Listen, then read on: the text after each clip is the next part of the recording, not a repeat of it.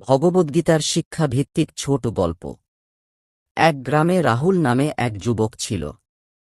সে সব সময় দুঃখ করত, আমি এত চেষ্টা করি, তবুও সফল হই না। কেন আমার ভাগ্য এত খারাপ? একদিন সে এক সাধুর কাছে গেল। সাধু তাকে ভগবদ্গীতার ২ অধ্যায়ের শিক্ষা শোনালেন। কর্ম করো, কিন্তু ফলের আসক্তি রেখো না।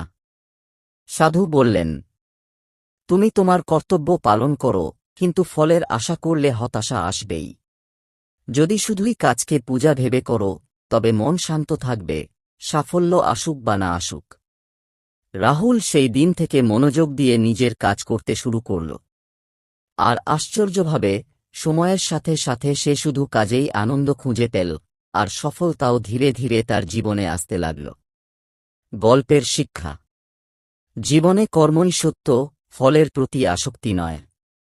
ভগবদ্গীতা শেখায়, যা তোমার হাতে আছে তা হল চেষ্টা, ফল ঈশ্বরের হাতে।